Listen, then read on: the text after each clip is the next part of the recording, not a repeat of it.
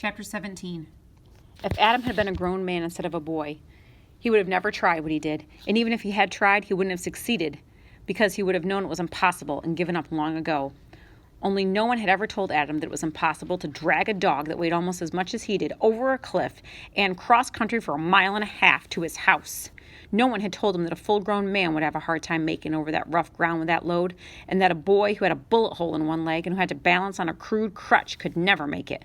A boy who trudged barefooted, dragging his staggering load over the thorns and jagged rocks. Since no one told him he couldn't do it, he tried anyway.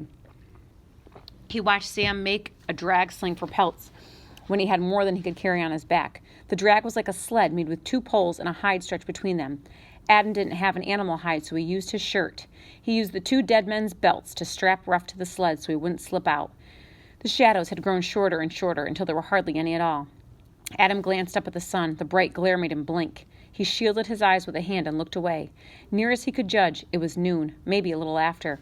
Trembling with weakness, he sat down on a rock and panted, trying to catch his breath. At last, the surroundings seemed familiar. When he left the place where the fight had been, he didn't know exactly where he was. He only knew home was somewhere over that cliff. A smile curled his lips. There was a small ridge only a short distance ahead of him. His log cabin was down in the valley just beyond. After a short but treacherous climb, he would be there. Rough whimpered when Adam got to his feet. "I know, pup," he tried to ease him. "I know it hurts to be dragged over these rocks, but it's just a little ways now. We can see the house from the top of that ridge. Only a little ways more and we're home." Rough's tail made a popping sound against the sled. Adam smiled at him. "Okay, pup, we're going home." He eased to his feet. The pain from his wounded leg shot through him. It was stiff and swollen, but not bleeding as badly as before. When his left foot touched the ground, the pain rushed up his good leg, making him want to scream. His feet were torn and bleeding from the rough ground where he'd walked. Even leaning on the crutch hurt where it had rubbed his arm raw. But as he neared the top of the little ridge, he could see the sod roof of their cabin. A smile came to his face. From here, even if he collapsed and fell with weakness, he was still close enough for his family to hear him if he yelled. "We made it," he whispered. "We're home. We made it." Suddenly, a cold chill shook him, a chill that chased the smile from his lips and sent him crouching on his good leg. He couldn't see him, but he could feel the evil presence of the man named Pete. That man was still inside. Adam scanned the ground in front of the cabin. There were no signs of Sam. I'm recording. No signs of struggle. It was just as he had left it. A whimpering sound came from beside him. Rough shifted his weight on the sled. Adam patted his head to comfort him. Only this time the pup didn't wag his tail when Adam stroked his ears. He only lay near dead, and moaned. Adam shook his head. It was no use. He fell over on his side and cried. He let the tears flow freely. He let the sobbing from deep inside shake him. Everything he and the pup had been through was all for nothing. Mother and Lori were still in danger. Sam was someplace out there coming home with a smile on his face and gifts in his hands, never suspecting death lurked within the shadows of his own home. And beside him, the dog that had fought so bravely to save his life was dying, and there was nothing Adam could do about any of it. Weakly, he lifted his head from the ground and wiped a tear from his eyes. When it's all over, he decided, I'll yell. I'll call out to that man. I'll let him know I'm up here so he can kill me too. I want to die. I couldn't live without... "Hello, I'm home!" A bright, cheerful voice called from a long ways off. Adam jerked, sitting up straight. "Hello," a voice called again. "I'm back. Come look what I brought you from Cheyenne." Sam called from the log bridge that crossed Jenny Creek. He walked across it, balancing carefully so he wouldn't drop the load of packages he carried in his arms. Most of the big bundles wrapped with brown paper and string he carried under his right arm. Under his left, he carried his rifle and a small box with bright colored ribbons. He waved the little package and almost laughed. "Hello in there. Come on out." Adam shuddered. Any second he would hear the boom of a rifle and see Sam reel with pain and fall dead to the ground. The cold chill shot through him, clear down to the pit of his stomach. If he called out, the man inside would use Mother and Lori to hide behind. He would threaten to kill them if Sam didn't give himself up. And Sam would. Sam loved Mother too much to let anything happen to her. Even if it cost his own life, he would throw down his rifle and try to save his family. Still, after the man had Sam and the deed to the land, he would kill them. Adam had heard that with his own ears. There was a tapping sound beside him. Adam glanced down. Rough had heard Sam's voice, too. He tried to raise his head, but he was too weak from all the blood he'd lost. Still, he managed to wag his tail, making it thump against the drag sled. Adam reached out and rubbed him behind his ears. "I can't call to him," he whispered. "It's better this way if he doesn't know it's coming. At least he'll die happy. He won't know there's anything wrong. He won't have time to worry about Mother and Lori. It'll just happen before he knows it." There was a big smile on Sam's face. Adam frowned when he saw it. He'd never seen Sam so happy, so proud of the presents he'd brought, so glad to be home. As he came closer to the cabin, the smile seemed to spread clear across his rough, rugged face. Adam closed his eyes. "What do I do?" he pleaded, talking to the pup as if expecting him to answer. "What?" Lori heard the bright, cheerful voice, too. Quiet as she could, she got down from the bed and lay down on her stomach on the edge of the loft. It was the only way she could see out the big window, and even if the man had told her he'd kill her if she got up, she had to see what was happening. From as far off as the log bridge, Lori could see Sam smile. She could see the packages he carried and the happy, light way he walked. She could also see the man who crouched in the shadows beside the window. She could see him watching Sam, waiting for him to come closer.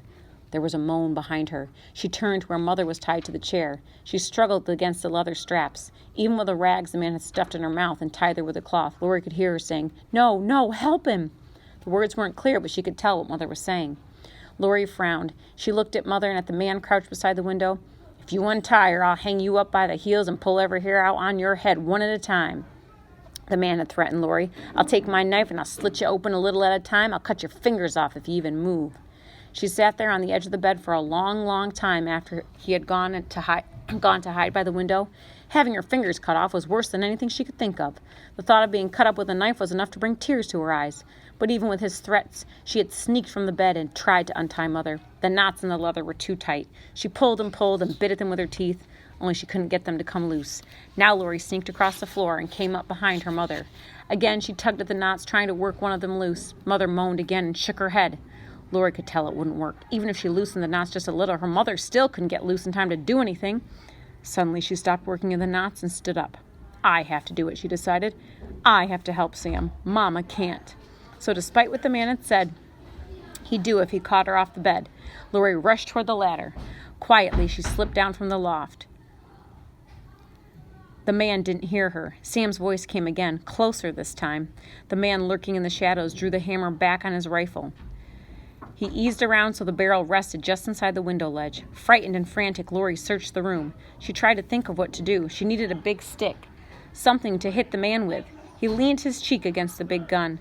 Beyond him, she could see Sam. She could see that warm, happy smile of his get bigger and bigger as she came toward the cabin. "Y'all come out here," he called. "Come look what I brung you." Lori bit at her fingers, desperate, not knowing what to do, but knowing she had to do something, and quick. The big black coffee pot hung in the fireplace. It still made a bubbling sound from the heat of the glowing coals under it. Lori blinked when she saw it. Quick as she could, she rushed to the pot. Using her skirt so she wouldn't burn her hands, she pulled it from the hook. It was full of boiling coffee. It was almost too heavy to lift, but she did it. She took the top off and laid it down. Then, quiet as a cat stalking its prey, she started for the man with the gun. Adam jerked. He had his eyes closed, not wanting to see it when Sam was killed. Then he moaned, "What do I do?" And to his surprise, Ruff answered. He barked. It wasn't much of a bark because he was so weak and near dead, but when he heard Sam's voice calling, his tail began to wag, and finally he barked. Adam knew then that the pup had answered him.